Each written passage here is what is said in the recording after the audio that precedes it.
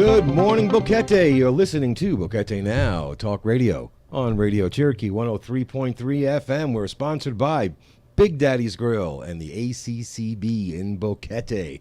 We have a wonderfully fantastic special show for you today. We're gonna be talking with Lynne lvanderkar, who owns Finca Feliz, which just so happens to be the largest largest selection of plants in Boquete, and she does so much more. I was out there yesterday, and we're gonna have a lot of fun talking to Lynne. We've got Lynne lvanderkar on the show, and if you don't know Lynne, that's fine. She was at the Tuesday market for a long time, and when things quiet down a little bit, I'm sure she'll be back. Again, the largest selection of plants in Boquete, and the name of her farm is Finca Feliz, and it is in Volcancito. Is it Feliz? Feliz. Feliz. Happy Farm. Happy Farms. And that's up in Volcancito, and I went up there yesterday. It was yesterday I came by. It was yesterday, my day. I lose days. I lose hours. I lose minutes. And it wasn't what I was expecting. I was so just pleasantly surprised by everything I saw, and I got to taste a couple of little things she has there, some blackberries and sweet peppers. It was really a nice trip, and she's got so much going on there. It is a private nursery, and we're going to talk about that a little later, but welcome to the show, Lynne. Thank you. I'm happy to be here. It's really, really good to have you here. And again, thank you for inviting me out yesterday. That was an incredible operation you have there. Well, you couldn't do an interview and not know what you're talking about. Well, I don't so often. So it made a big difference for you, too. I don't often get a chance to go, and Right. visit, but I made some time yesterday, and I'm glad I did. You have so many things over there, plants and orchids and seeds and tinctures and just, Avocados. You showed me 3 or 4 different types of I have 3 varieties avocados. of avocados that I grow. And you even have stuff that that doesn't grow here, that you can't get here, right?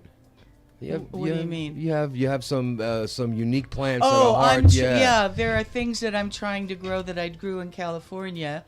And right now I'm working on the pineapple guavas. They don't have them here. They're called Frajoa. Uh-huh. And they are the best ever. And I got some seeds, and I'm working about 6 years now. Wow. The seeds wouldn't start easy and this and that. So I've got plants in the ground, and I'm still waiting to find my flowers and grow it. But there's a lot of people here. As I scroll through the local Facebook groups, there's always people asking, where can I get that? Now, I'm not a plant guy, as we talked about this yesterday. My wife knows a lot more than I do about it.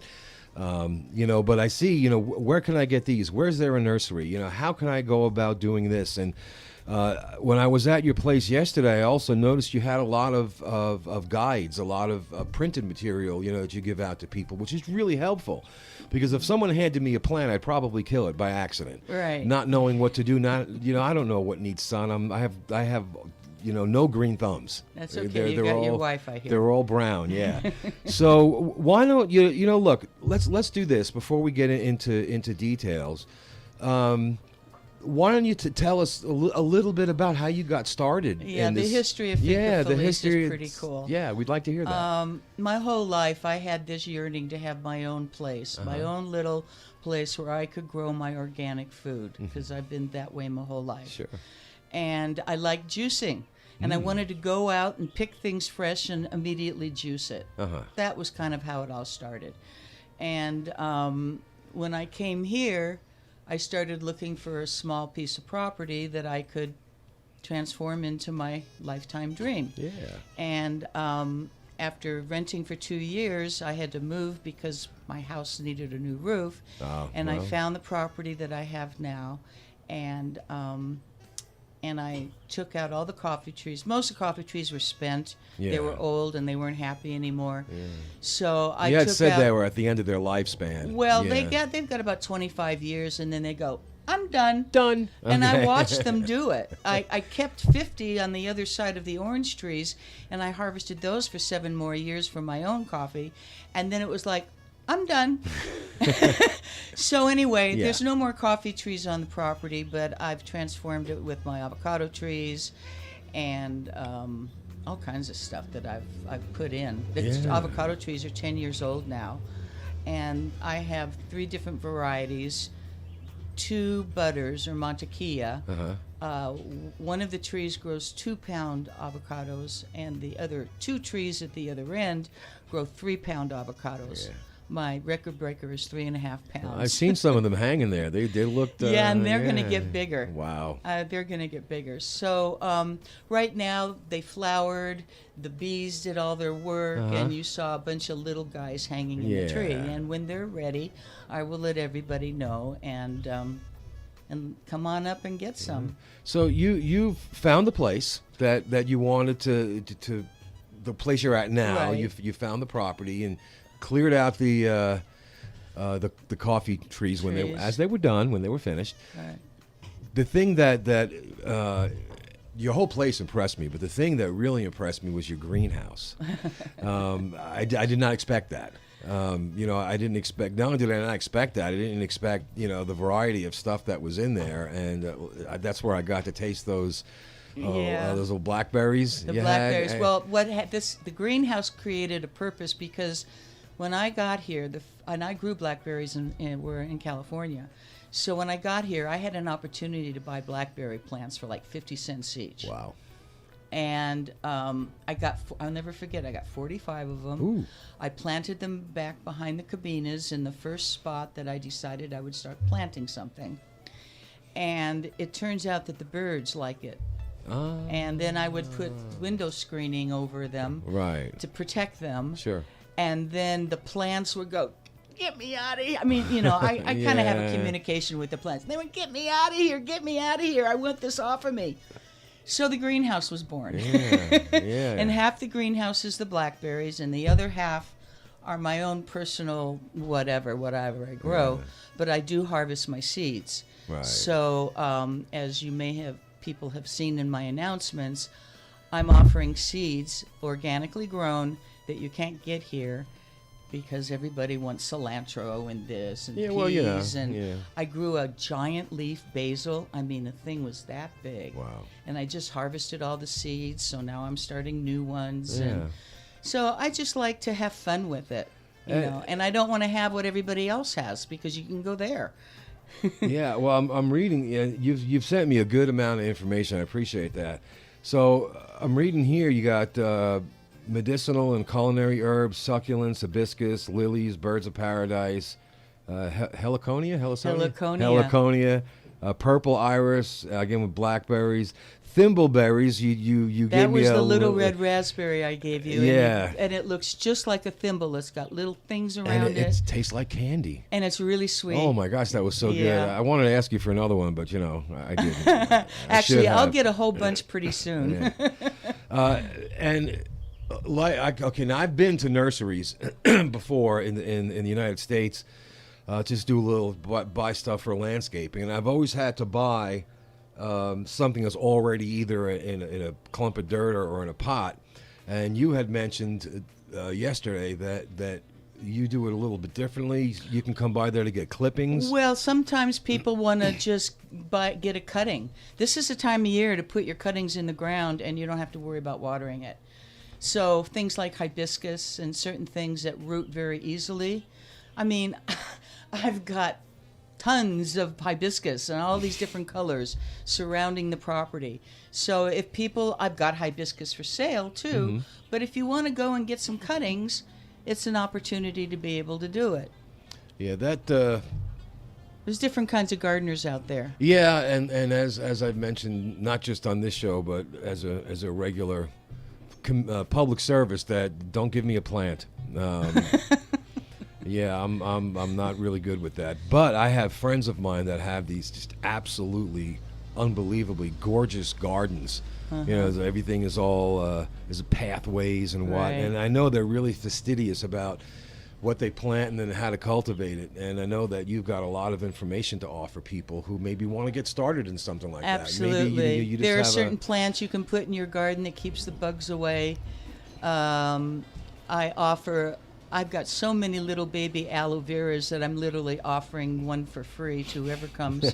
And the manzanilla seed. Manzanilla is the chamomile. It's what they call chamomile here. that grows a little tall. I love chamomile tea as a and kind of a it makes bedtime little ritual. daisy flowers. Well, those flowers are also used in medicinal teas. Yeah. The garden likes them. It keeps the bugs away. Yeah. And so we just kind of grow it everywhere. And you just take the seeds and scatter them, and they come up. Yeah. Well, is there is there anything that someone should avoid planting, say in the rainy season, or avoid planting in the dry season? Because a lot of people just go out. Now that looks pretty. Let me get that, and they'll plant it, and then nothing happens. I don't know. I mean, what not grows really here here. grows here Yeah. annually, pretty much. Oh, okay. I mean, Yeah. you can't say, well, don't grow this in the winter when it's raining, because it's going Because to then get it's it. going to get it anyway, right? Yeah. Wow.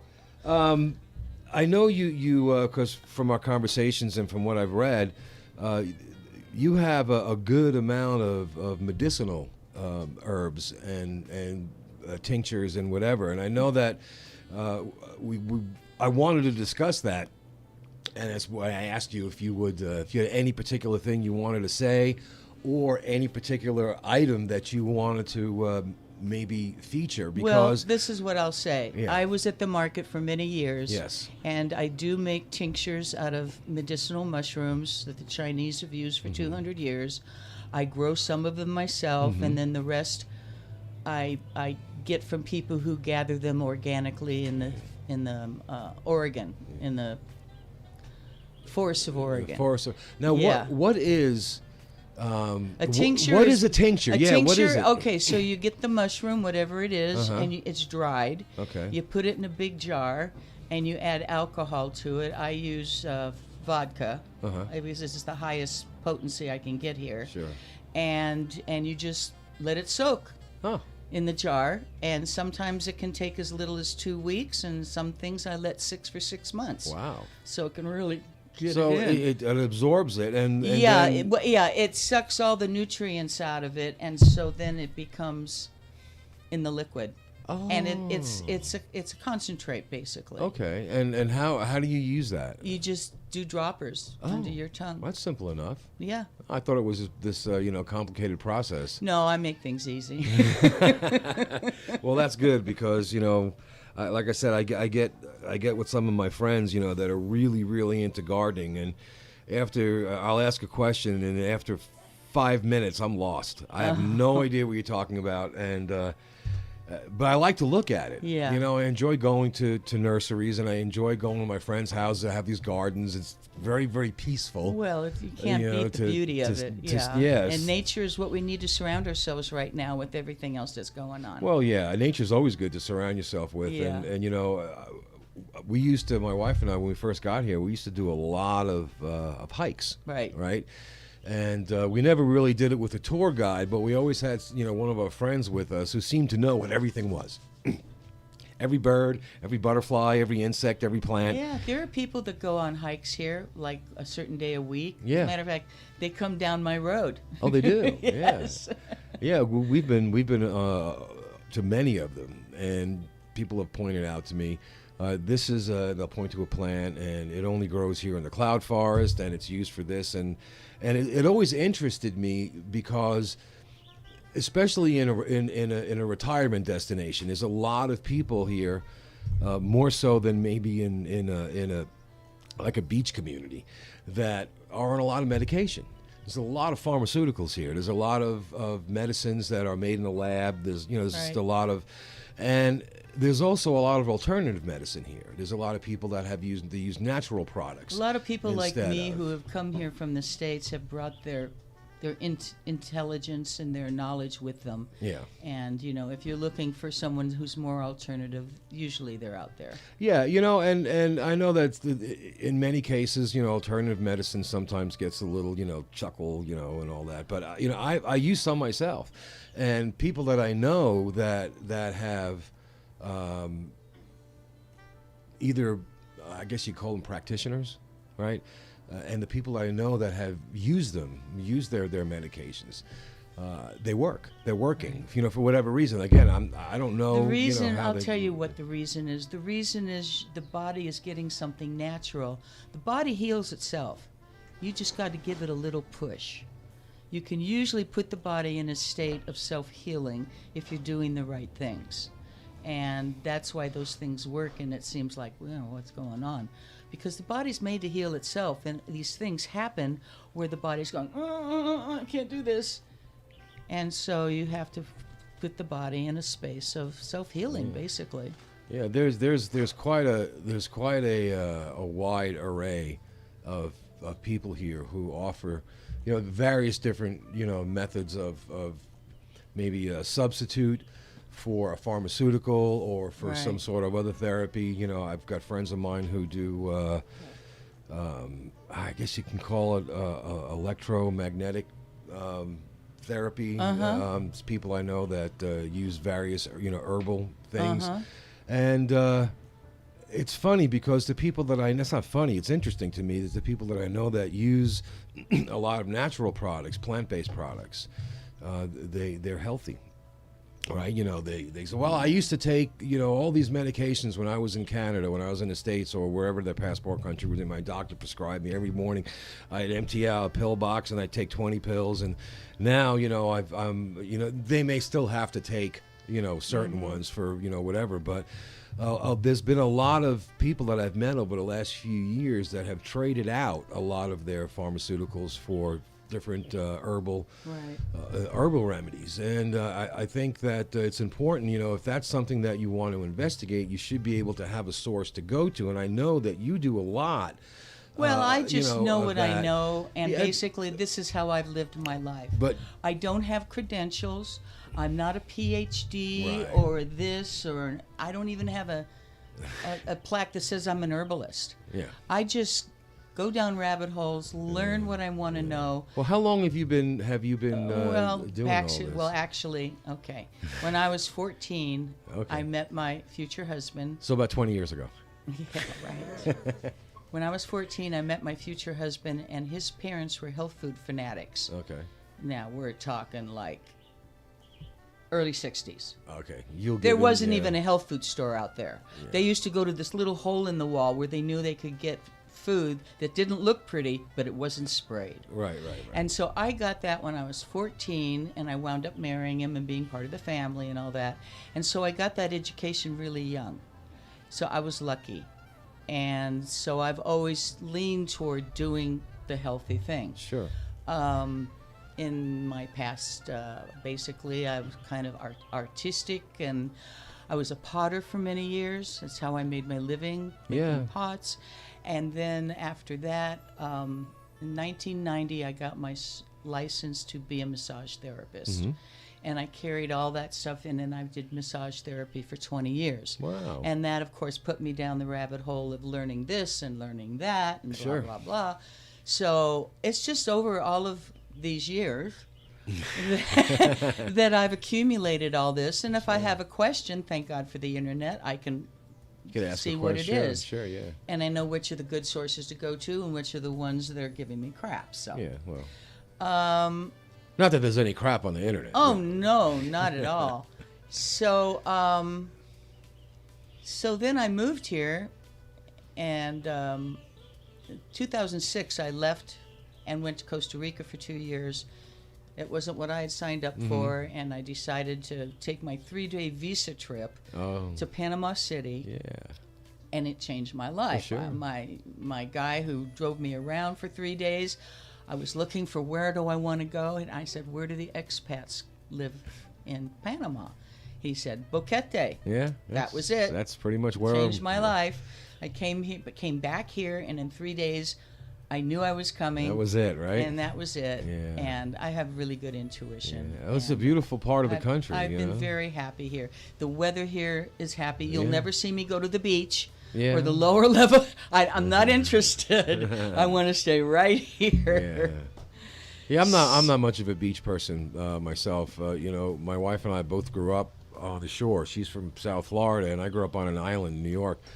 So, it was only natural for us. Well, you spend a whole life or many years of your life or those formative years in one type of a climate. When it comes time to retire, you don't want to go stay there. So the mountains was a natural choice for us. Right. And I really didn't know about the diversity of the microclimates here. We just did There pretty are much 13 different microclimates. Well, I know here. that now. Yeah. Yeah, and, we all know that now, right? And but So you get to pick and choose. well, yeah, and that's the thing. There's so much. Like I said, diversity here is that you can. We lived in Alto for a while, and then we live in the valley now, and it's even though it's 3 kilometers away, and then I've got friends up in Alto Kiel and up in Los Anjos and up in the hills up there, and it's you can find whatever type of climate you want. You can find here, and I guess it's the same with. As long as you don't mind the rain. Oh yeah, I don't care about the rain. Rain never Hey, bothered it keeps me from having to water. It's my favorite time of year. Yeah, no, the rain never bothered me. My only requirement was I don't want to be where it's cold because I have no tolerance for cold weather. Right. But it seems that no matter where you are here, you can have a really nice garden. You can have a really nice, maybe even a little finca. They're everywhere. It doesn't seem to matter whether you're all the way up at 6,000 feet, or my neighbors. Well, and the other part of that, which is really cool, is we don't have seasons. We have dry season and wet season. So things that take 1 year to grow in the States, like peaches, I get peaches 2-3 times a year. We don't have the same kind of season, so you can grow all year long. You get peaches? Those 2 trees that had the little baby peaches. I didn't even know peaches grew here. Well, they're not supposed to. That's why everybody says, you're growing peaches? Well, they're not market peaches. Yeah. They're about that big. Yeah. And but I grow them for me. Sure, why not? I got 2 trees when I started planning the place, and I'm from California, so I got things I knew. I got peaches, I got strawberry guavas. We grew those too. So, Yeah, we have a pomegranate tree in our yard. Oh, I'm still waiting. And which actually, I don't know how old it is. It was there when we got there, but we get pomegranates off of it. Yeah, and we have this other tree that we just discovered. My wife just discovered it like last week, and they're then the tomato family. And I guess I can scroll through Facebook and get the actual name of it. It escapes me. But they look like little cherry tomatoes, but they're not cherry tomatoes. And when they ripen, they just basically fall off the tree. And she's discovered these, and they're really sweet. You take a bite, it's sweet, then bitter, then sweet, all in one. Let's see if I can find it. But yeah, and we keep discovering things here. I've discovered. I've been a gardener my whole life, and I've discovered more stuff here that I never knew existed. The thimbleberries, I never knew about those. Other people did, but if you live in colder country, I guess they kind of grow wild. And there's all kinds of stuff here that I've never seen before. Yeah. The Surinam cherry. That's actually the uchua. That's what it is, a Surinam cherry. I thought you were talking about that. Yeah, and I read that. I'm on my wife's Facebook page Okay. now. I read that the same time that you said it, and she just texted me. Surinam. Okay, Thank you for listening, When baby. I got my property, a good friend of mine who's Panamanian gave me 3 that were this big. She gave me 3 Surinam plants, this big. Yeah. And I planted them. Now they're huge. Yeah, this has got to be. I've had to prune them back. They do grow the most amazing fruit, but you got to keep it from the birds. Yeah, and you have to wait till it turns bright red, and then it's ripe. But the seed inside, you just put it down under the ground, and you'll start a new plant. Wow, this thing real is easy, but they grow slow. It's got the one that's in the corner of yours got to be 10 feet tall. Yeah. Because we got to get in a chair. Actually, I reached up and pulled the branch down. But yeah, she was told that they could be poisonous to animals. I can't imagine how that could be. Yeah, I don't know. But someone had posted that keep them away from the seeds away from the dogs, or a part of it. I'm sure she'll probably catch me in a minute. Well, okay. But she seems to like I won't take that person's word for it until I check it out myself. Yeah. That's just who I am. Yeah. But she loves them. They're amazing. And I haven't tried one yet. I'm not. I didn't have one to offer you at the time. I'm not as brave as others are when it comes to trying new foods. But I might. Well, you got the thimbleberry. I and you did like get that. the thimbleberry. That surprised me. That was There's really a whole good. world of wonder out there. I know. I was never a fruit and vegetable guy. I was just, give me the steak. When my wife and I go out to eat, we'd get a steak and potatoes and vegetables, and I'd give her all my vegetables. She'd give me all of her meat, and it was a beautiful relationship, There you right? go. But she bought an air fryer a while back and has started making.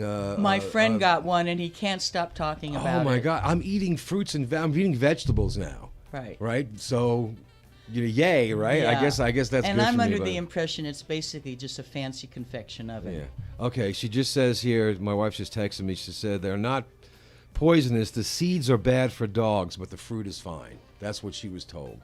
So I don't know, but We'll figure that out. We have 2 little dogs. Not that the dogs go eat them, because quite frankly, I don't know. Ours, You don't usually feed your dog seeds. No, but we have one dog that pretty much eats everything. Oh, okay. Rocks, you One of name those. it. Yeah, one of those little ones. Right. But yeah, it's amazing though the things that that we had a gardener come to our house. Our previous gardener was actually not just somebody with the weed whacker. I mean, she was a proper gardener, and she would prune back everything, and she'd call me over and she says, this is this, and I haven't seen this over here before, and I don't remember any of it, but it's like there's a never-ending varieties of plant life here. Yeah. That it's so diverse, and there's so many different varieties of And there's of so much everything. out there that's a medicine that you don't even realize it. Well, you call it a weed, and they call it medicine. Yeah. So that's the part that got me. I met this guy last year. His name was Calixto. He's passed away now. He was a medicine man for the Gunayala. I spent a week in San Blas, and he knew. Oh, what did his daughter told me? Hundreds. Yeah. Memorized hundreds of recipes. Oh, yeah. And he was the pharmacist for Right. for the tribe. Right. And I really hadn't known a whole lot. I know that they're out there. I know there's a lot of medicinal value to plants. And I've learned a lot. I had kind of a situation where I had people that they would weed and they would weed whack. But if I showed them a plant or a leaf that had a disease, they didn't know what to do. That wasn't what I needed. Yeah. And it was 4 years into the property, and I'm quite a manifester. And I just I gave the universe a threat. I went, you don't bring me somebody who knows what they're doing, I'm selling the farm. Honest to God, I said it out loud, I said it out there, and 2 weeks later, the most wonderful person came into my life who was still there. And she's the one that's taught me this. I actually have, it's kind of a small family, and she's taught me so much. Well, do you know? Would you be able to? And I'm not trying to put you on the spot, but do you know any, say, common medicinal uses for plants that we might have access to here? I mean, what could be used for something? Well, like for example, when excuse me. when my gardeners feel like they need something, so I grow lemongrass. You take a blade of lemongrass, and you take the flowers off the manzanilla blooming, the little daisies, and she takes that and the mint, the spearmint, Sure. and then depending on what she's working on, if it's a stomach thing, we'll put baldo with it. And then we just wrap it all together and make a tea out of it. She brings it to me, and I steep it in some thing and make a tea out of it. Wow. If it's for a cold or some kind of sinus thing, that's what that eucalyptus is for. I grew the eucalyptus, so we had eucalyptus. So depending on what you're doing, and I'm really not the expert, but she's taught me something. Yeah, I'm sure you know a lot more than most. But that's what you do, and you just take a combination of certain herbs and make a tea, and that's what they do. Yeah. That's what they do. Yeah, that's fascinating to me because I've had the opportunity over my lifetime to have people prepare things for me. Right. You drink this. Now I never got a lesson. This is what's in it. This is how you prepare it. It's just, here, this will make your stomach feel better, or here, this will make you sleepy, or here, Well, this you will have make people you, taking care of you. That's great. Yeah, well, I really have my Yeah. whole life, and I have to take care of myself. I noticed that they work, and like a lot of people, you just move on. I think it would probably be beneficial for us as individuals or caregivers, maybe, to have a little list of some of these things, and maybe a little spot in your garden where you can grow them. I think, Well, that's why I sell them. Yeah, I think if you ask most people, even skeptics, they would rather put something natural into their body than putting in, a Well, pharmaceutical. we got to talk about common sense here. Well, It's common sense. But you have to understand, people have been indoctrinated and mind controlled on so many levels, and part of what I'm finding is breaking those and finding your own path. Well, yeah, that's not, Because what's right for one person isn't right for another. and that's absolutely true. And I think that's, if you can get to that point, in your life where you can just do your own thing without having to necessarily answer, to the man, you're in a good spot. And I've met a lot of people here. There's a lot of retirees here that no longer have those constraints. I have to do this because my boss tells me to, or whatever. They're just enjoying, this is what I want to do, and this is how I'm going to do it. And that's the way life should be. And well, yeah, I mean it should, but you know how that goes. Why do right? we have to turn 65 or 70 to get there? I know. You know what they say? Youth is. But we're there. Youth is wasted on the young, right? It's true. But regarding these, when I was looking around your place and I saw the variety of things you had showed me your seeds. You told me about how what you do with them. They're all organic and everything's all natural. There's no pesticides or anything. And I was looking at you showed me your little orchids, and you showed me your spots that you had set aside for things, your aloe plants, and I got to thinking, okay, yours is more than just your average backyard garden, but if you have a property here, even if it's a rental property, usually you've got some, unless you're in an apartment, some space. Is there anything that maybe through all the experience you have that you would say, if you're going to do anything, if you're going to plant anything, if you're going to grow anything, here's 3 or 4 things that I would recommend that you should have just because? Right. Yeah, I mean, I'm happy to consult people. What I like to do is have them come to the farm, see what I've got, see what I've done. I mean, that's a citronella plant over there, I'm saying. Oh. They don't know they know what citronella is, but they've never seen the plant. I've never seen the plant. And when you gave it to, you picked the was the piece big off. one, yeah. Yeah, and I smelled, I was like, oh yeah, that smells like the candles I get at Home Depot. And it's great for the garden. It keeps the bugs away. Yeah. So yeah, I'm happy to consult with people. I like to have them come see, because they might say, oh, well, I like this or I like that. Or what is and this? And I can show we put the mint here and this and the for the bugs, because I don't have bugs in my greenhouse. Now there's a secret to that as well. There's 2.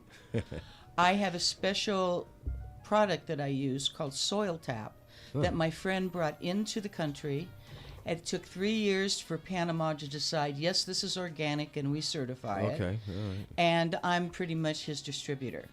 And it's 4 different products. One's for the soil, one's for the roots, one's for the immune system. And the flower tap is to make more flowers. So why do I get so many blackberries? Because I put the flower tap on the plant before it blooms. Is that a spray or is that? They're all spray. They're all sprays. Oh, well, actually, a lot of them, you put 2 drops in a gallon of water. Like when I'm sitting there making new plants and I want to give them a little food, you just put a few drops in a gallon of water and you just use it to water. But yes, you can use the spray as well. You can spray the ground, whatever. Yeah. And that product is like the best kept secret here. As far as I used to sell little kits where there would be 1 ounce bottle. They come in 16-ounce bottles. But I used to make a kit, 1 ounce, 4 droppers in each one, so you could try it, And I swear to God, I sold over 50 of these. Wow.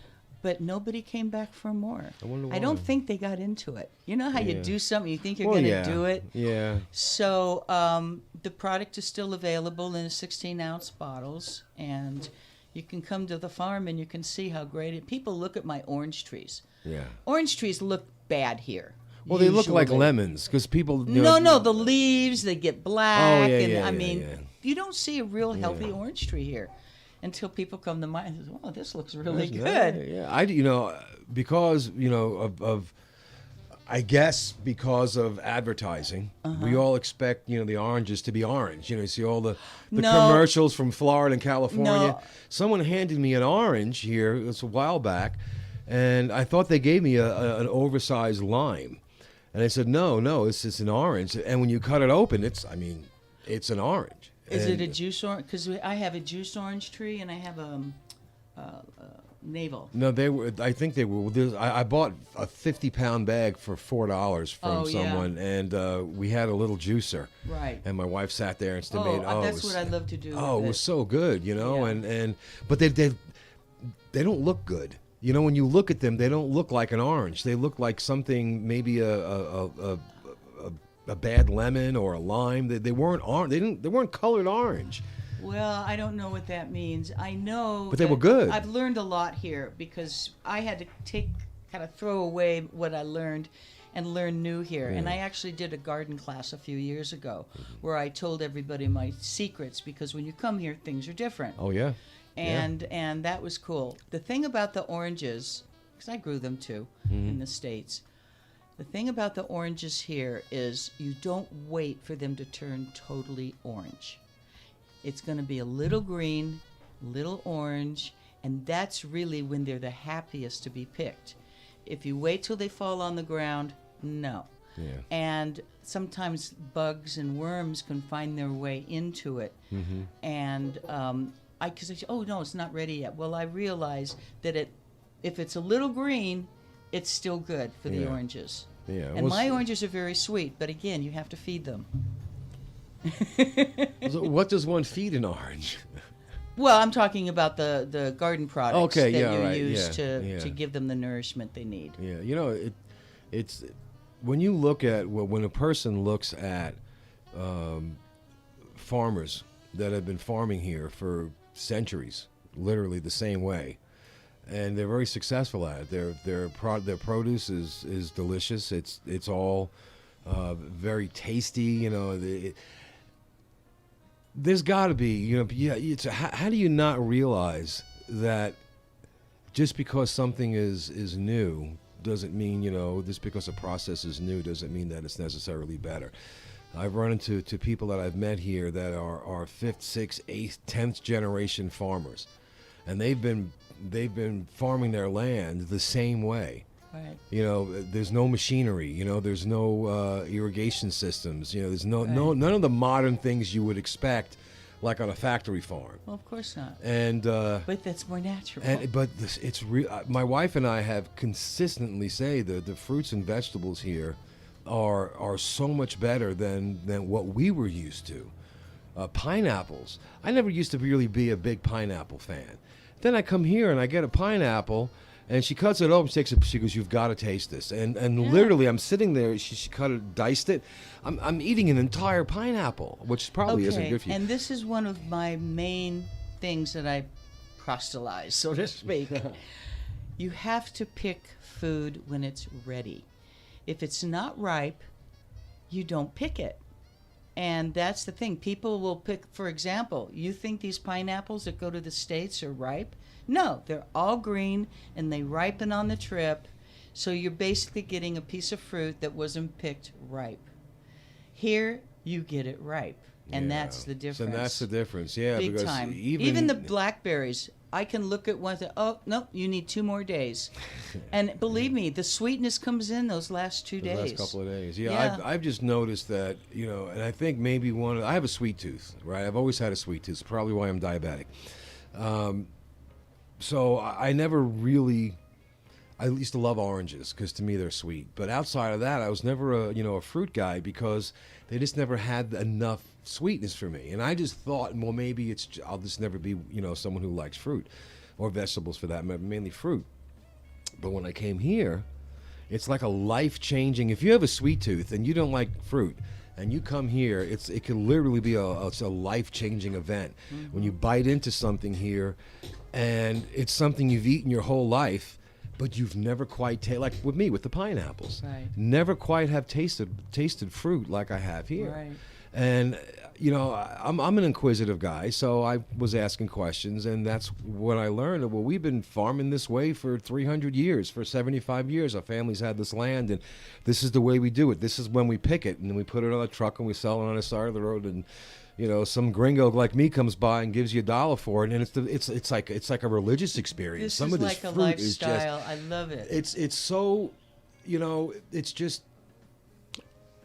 I'm not usually at a loss for words when I describe something, but the fruit that I've eaten here, it's just incomparable to what I grew up on, and what I guess a lot of us, maybe from the Canada, the States, or Europe, or whatever.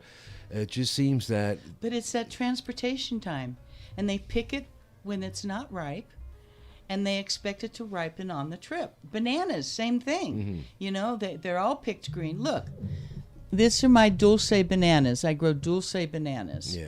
Now, these are sweeter and a much better flavor than the other kinds that you buy in the store. And they're green. And it's, you pick, okay, so they're fat and ready to pick. Right. They're still 2 weeks away from ripening. Okay. They're just starting to turn because they've been picked 2 weeks ago. Okay. And then you let them turn yellow and you eat them. But that's the thing. So I take the banana, and by the way, ladies and gentlemen, Lynne gave me some bananas. Give Bolivar some bananas too. But I brought you a great big I got thing. a great big bunch of bananas out there. So if I take those bananas home, put them in my little. Just put them in a basket and watch them ripen. So how long? So today is the. Well, I can day. tell you that they're going to start ripening this week. Okay. And they're going to start to turn yellow. And then people are a little like, I like it this yellow, I like it that yellow. That was my next question. And so you get to pick it the way you like it because it will ripen right in front of you. Well, what should I look for? If we get these bananas, if someone comes to your farm and says, "Okay, I want to buy some of these bananas from you," what, in your opinion, is the optimal time to eat them? Is it all when yellow? They turn yellow. All yellow, or yellow when and they brown? turn yellow. I'm the kind of person that likes it. Some people like it a little green. I know people that are using green ones and cooking things with it. Yeah, That's a whole other thing. I've heard that. Yeah. But yeah, like once the banana starts to ripen, you're looking at a week before it gets like. Mushy. Yeah, so whatever. it's like some people like it not quite ripe. Some people like it overripe. Yeah. The birds take it any way they can. Yeah. I feed the birds with these. Okay, well, I have a confession to make. Okay, I haven't ever eaten a banana that I think was grown here. I go to the grocery store and I get they're grown here. The big yellow bananas. Yeah, those are grown here. But I've never had one of these little ones. And these are the best. Are they better tasting? I started growing them when I first got the farm, and I got some transplants. And what they do is they grow families around them. So you have one makes the big flower, makes the big banana, and after you cut it, you literally cut the whole stalk as well. And there's new babies coming up around it, so it's constantly producing. Okay. Which is kind of cool. Yeah. And so there was a time when I didn't have any bananas for a long time, and I wanted some bananas, so I just went and bought the commercial bananas down there. That's what, yeah. The flavor was so horrible compared to these, I gave them to the birds. And I waited for my bananas to come in. Wow. So I eat bananas when I have my bananas in. So now I'm going to be watching those bananas. Yeah, and I also sell the plants. I have the banana plants because they make little babies, so I transplant them into a pot. And those you can have them for yourself. And those will grow anywhere here. You could put them in your yard. Yeah, pretty much. I would show somebody how to grow it because the first ones I had fell over Oops. years ago. So now we kind of make it so that there's like a big mound of dirt around them. Right, to keep them. And so anyway, they're happy that way. Wow, it really does. It fascinates me every time I get to meet or talk to someone who, has this much of their self, invested in nature. I grew up in New York City. Yeah. Seeing a tree, unless you went to Central Park, was rare. And I'm a Well, city Southern boy. You know. California was a little easier than that. Well, yeah. Well, you know, I've spent time out in L.A. in the Bay Area too, but it just when you're in a tropical climate, when you're in a area like this, it could be very easy to overlook what's around you. You know, it's very easy. Okay, well, this is what I'm doing today. I get up, I get in my car, I go to the restaurant, I have breakfast, I come back, I watch TV. You know, you get into your routine. And maybe, you know, when people come here, a lot of people come here the first, few months or so, they're doing the hikes. But then you get into, paddle. You find out what works for you. We're creatures of habit, I right? was volunteering and doing this and that when I first came here, knitting for the knitting people and animalis and all that. And that's how you kind of plug into the community, and you find a few people that you like, and then once I got the farm, I had to spend all my time with that. Well, yeah, but it seems to me that it doesn't matter if you're only here a month or if you're here 10 years. Time should always be, I think, should be allotted on a regular basis just to get away. No, I agree. Just to get away from the town. From coming here is part of making a change in your life. Yeah, well, and if you're just bringing whatever you had there here, I mean, that's why I left Costa Rica. I was living in a place that was a little too hot for me. I was right next to the volcano and the hot springs, but I wound up going into my apartment in the afternoon and watching TV because it was too hot and I needed the air conditioner. And one day I went, I didn't sign up for this. Yeah. And I started at that moment thinking, where else do I want to go? And it took me 6 months to find this. Well, it's nice to live in an area where you don't need a heater or an air conditioner. That's it. And maybe a fan. Fans help. Absolutely. But not to have that that noise going all the time and whatnot. It's just the climate here is for those of us who have chosen to stay here. It's funny you mentioned being a life-changing event. When you look at the population of, say, let's use the United States because that's my passport country, and then you look at how many people are actually living as expats. This is where I like to tell my friends that I'm part of the 1%. It's a lot of people. It is a huge culture shock. Whether you think you're prepared for it, you read about it, you watch videos. And I think when some people get here, they just it's not for them, and that's fine. And that's okay. You have to have the experience before you can really judge it. But the people who have ventured out, and even if it wasn't for them, well, that's a little notch in their cane. That I did this. I left my comfort zone. Moving to a country where you don't even speak most people don't even speak the language, and the culture is totally different. Is one thing, but then to take it a step further, and to immerse yourself in the environment around you, and to try to understand what kind of wildlife lives here? I know we don't have, wildlife like elephants, but we have. Hey, that video that went out a while ago of the 10-second things of the jaguars. Did you see that? I did. Someone sent that to me. And, that was great. So you have, It came from Panama Times. Yeah. That's where I found it. Yeah. Someone had actually, one of my friends had sent me that link. It was right before I had a gentleman on the show who was a snake expert. And he had spent decades in Costa Rica, and he wrote a book called Snake ID Panama. It's got a website and all that. So I was talking to friends, and someone had sent me that clip, and I was like, this is fascinating. It's just amazing. Yeah, if I can find it, I'll post it on Facebook. But I think... Well, it was on Panama Times, and then the other place I saw it after that was... what's his name? Saturday, Panama Perspective. Panama Perspective, yeah. He posted it on that as well. So one of those two places you can find it. So what we're gonna do? We got a few minutes left, and I told you this time flies.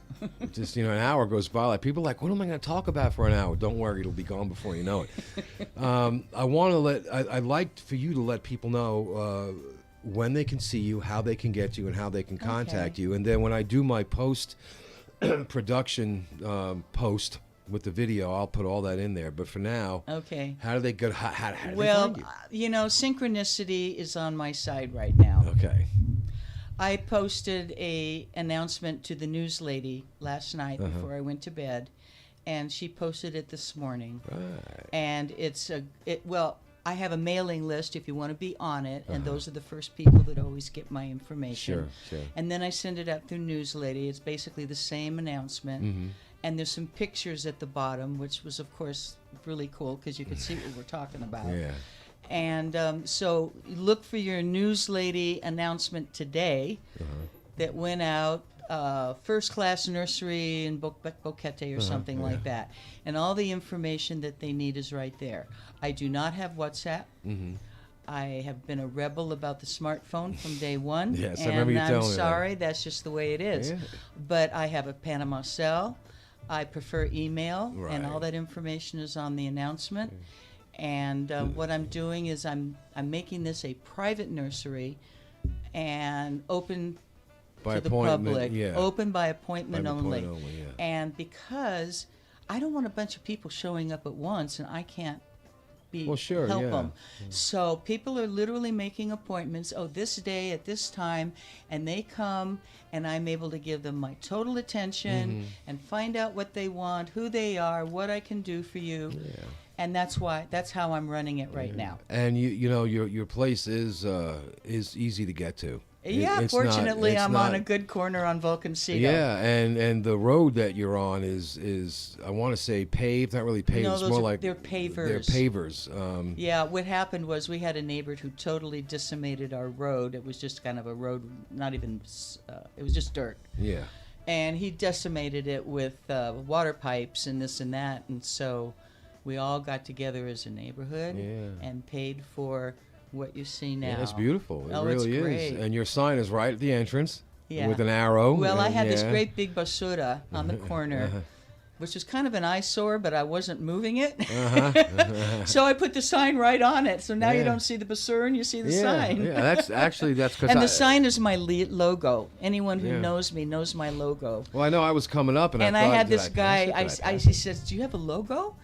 And I handed him a piece of paper with my logo on it, and he came back with a hand-carved sign of my logo. So, yeah. I mean, it's That's cool. yeah. And I really, again, if you have an opportunity, ladies and gentlemen, to make an appointment and go see Lynne at Finca Feliz. Finca Feliz. And I'm happy to give you a tour of the farm and tell you what I need, what you might want to know. And what I'll do is I'll post. We're recording a video now, and as you know, BoqueteNOW has its own YouTube channel. I'll put the video up, and I'll put whatever information you send me. Email me. This is what I want to have on there. Phone numbers, whatever. I'll make sure that goes on there. Oh, okay. And then you can share that video, with whoever you Yeah. want. Put it in a link in your newsletter, whatever. It's a public YouTube channel, so That's there's great. no codes or anything to get in. No, we but, like that. YouTube can still do a few good things. Yeah, it's good because it's very shareable. Yeah. It doesn't matter if you have a Mac or a Windows or an iPhone or an Android. You Right. could just watch YouTube anywhere, and so That's it right. works well for us too. So we're down to about the last minute and a half here, and before I go into my close with my commercial, I just want to say thank you again, Lynne. Well, thank you. I appreciate your helping me spread the word. This is my new reset. I have enjoyed I enjoyed my visit yesterday. That was phenomenal, and thank you for the plant you gave me and the bananas. And Bolivar, don't forget, these are your bananas over here too, my friend.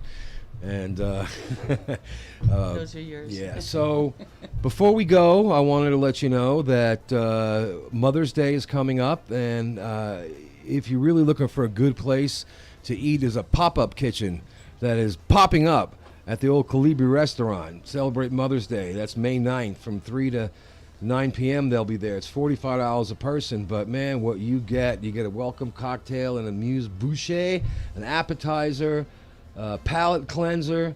You get a main course and a dessert. And so, don't forget, you got Chef Alexander Rojas and Chef David Mendoza, two award-winning chefs that are teamed up with Finca Santa Marta Landau and a Garrido Specialty Coffee. So don't forget them, May 9th. You have been listening to BoqueteNOW Talk Radio. We've been speaking with Lynne Vanderkar. I got that right.